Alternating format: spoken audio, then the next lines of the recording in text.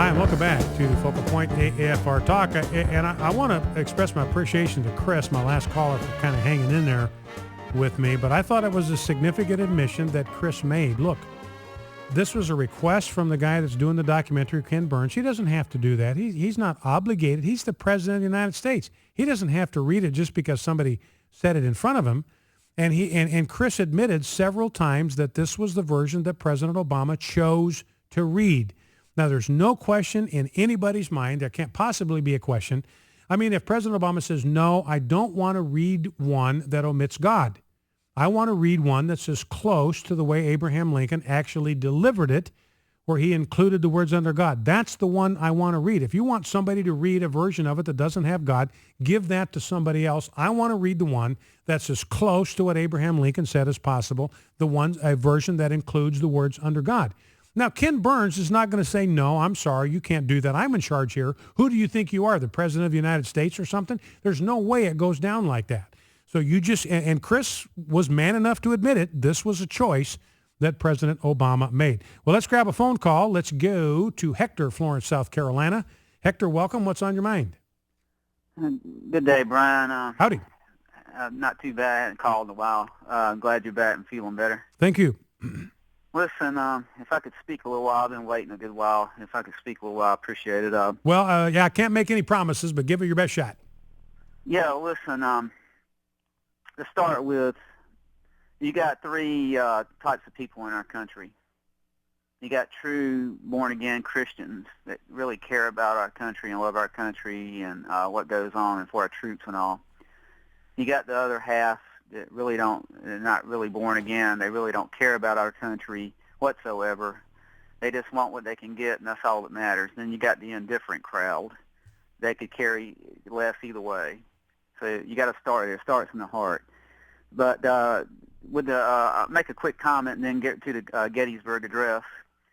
Over the years, as you well know, I'm going to use this as an example. If you had a graphics chart and had a line starting in 1900s, and the chart said, in respect to our forefathers and to our Constitution, that line, a little bit at a time over the years, will start waning off, going downhill for respect for our forefathers and Constitution. When it got to this point in time, it skewed off way down real bad when this president got in there. It picked up, for example, when Ronald Reagan got in there for a little while, maybe JFK back then, it picked up a little bit. The line picked up for respect and all. And it's been like working like that, if you can picture that graph like that. But as far as the Gettysburg Address, he didn't want to do it. He can make any excuse under the sun. But Hector, the interesting thing is why he didn't want to do it. So do you have, this is obviously kind of educated guesswork, and we have to speculate here. But why do you think President Obama did not go to this 150th anniversary of the Gettysburg Address?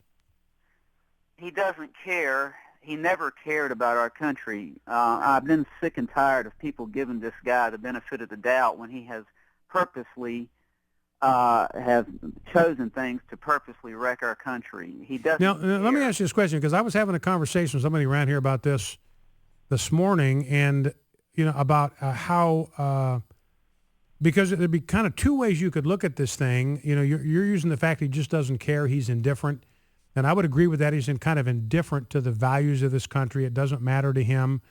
That's a little bit different than saying this was a deliberate snub of the American people and American tradition. So do you think it was a matter of indifference, or do you think it was more a deliberate snub?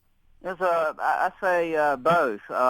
He deliberately, go back years ago when he didn't even put his hand on the heart for the Star Spangled Banner and stuff like that. I'm going to tell you something right now.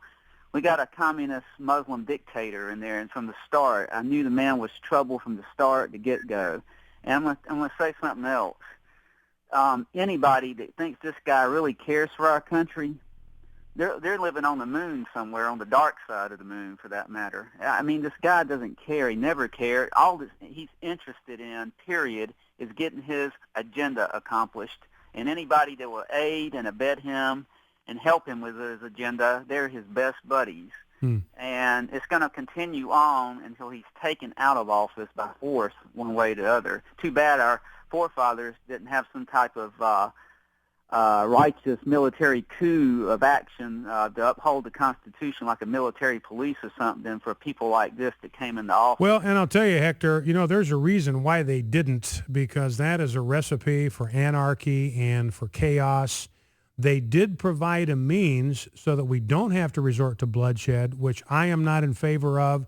I don't want that to happen. I don't think anybody wants that to happen. That's a recipe for even worse kind of social ills and breakdown. But that's why the founders put impeachment in the Constitution. So here is a way that you can deal with a rogue president, somebody who's abusing the powers of his office, without having to resort to a military coup. Because trust me, Hector, we do not want to go down that route. Once the military takes control, that's the end of the ball game right there. You do not want the military making political decisions for this country. That's why always from day one, the military has been under civilian control. It's absolutely critical that we keep things that way. And the founders saw what happened when you have a military commander who is the political leader of his country.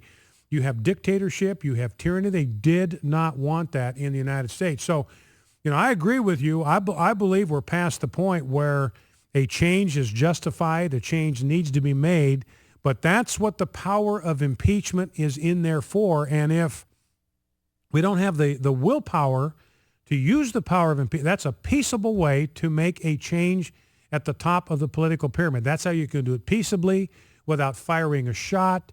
It represents the deliberative will of the elected representatives of the people. If that is going to happen, there has to be debate.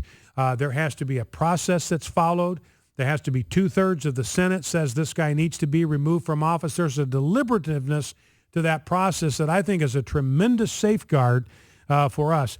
And so I think it's easy. It's easy for us to look at, we've got a real problem here, and there'll be people, Hector, out there that'll agree with you that he is a communist and a Muslim. I mean, even Pravda, which is the main media outlet in the former Soviet Union, they said directly in one of their editorials last year that President Obama is a communist. His agenda is the Communist Manifesto. They made no bounds about it. And if anybody ought to recognize a communist, it would be the former Soviet Union. You got the foreign minister of Egypt, who went on the record saying President Obama told me in private that he is a Muslim. I've talked with other people that are pretty highly placed in D.C., and they say it's just kind of commonly accepted among the political circles there in D.C. that President Obama is a Muslim. Whether he is or not, I don't know. I know very clearly his sympathies are with Islam, and he has a hostility toward Christianity. That much I know. I know that everywhere he goes in the world, he uses his influence on behalf of the Muslim Brotherhood, which is a movement among Islam whose mission is to destroy the United States of America, to exterminate us and to destroy us. So all those things are absolutely true. But there are worse things. There are worse things than having the wrong guy in the Oval Office, and that is taking him out in a way that is contrary to the Constitution. We do not want to go there. All right, Hector, listen, I appreciate the call.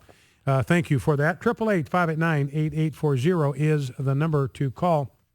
Want to shift gears a little bit, start talking a little bit about what's going on with Obamacare. And Rob, why don't we grab clips 3 and 4, because this kind of introduces us to what we're going to talk about.